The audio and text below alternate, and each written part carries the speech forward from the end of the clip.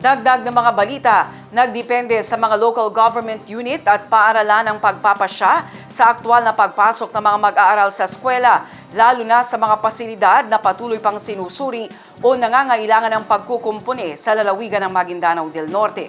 Ipinatupad naman ang work-from-home arrangement ng provincial government para sa lahat ng empleyado ng pamahalaang panlalawigan epektibo ngayong araw upang matiyak ang pagpapatuloy ng serbisyo habang isinasagawa pa ang inspeksyon sa ilang gusali at clearing operations sa mga apektadong lugar kasunod ang pagyanig ng 7.8 magnitude na lindol.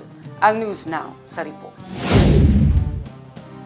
Sa ilalim ng Executive Order No. 13, Series of 2026 na inilabas ni Governor Dato Tucao Mastura, epektibo ngayong June 9, 2026, muling pinahihintulutan ang pagpapatuloy ng mga klase at operasyon ng pamahalaan. Gayunman, binigyang diin na ang aktual na pagbabalik ng klase ay mananatiling nasa pagpapasya ng mga paaralan at lokal na pamahalaan, lalo na sa mga pasilidad na patuloy pang sinusuri o nangangailangan ng pagkukumpuni. Kasabay nito, ipinatupad ang work-from-home arrangement para sa lahat ng empleyado ng pamahalang palalawigan upang matiyak ang pagpapatuloy ng serbisyo habang isinasagawa ang mga inspeksyon sa ilang gusali at clearing operations sa mga apektadong lugar. Ang mga empleyado na kinakailangan mag-report on-site ay limitado lamang sa mga frontliners at core personnel na direktang tumutugon sa emergency response, safety inspections at security operations.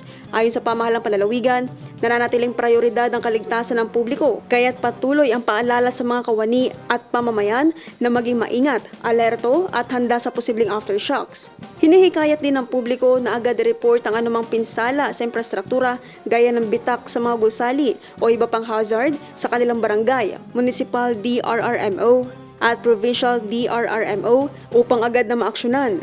Sa kabila ng pagbabalik ng mga serbisyo, tiniyak ng pamahalaan ang patuloy na mahigpit na monitoring upang mapanatili ang kaligtasan at kapakanan ng bawat mamamayan sa lalawigan. Naphtali Velarde, iMinds, Philippines.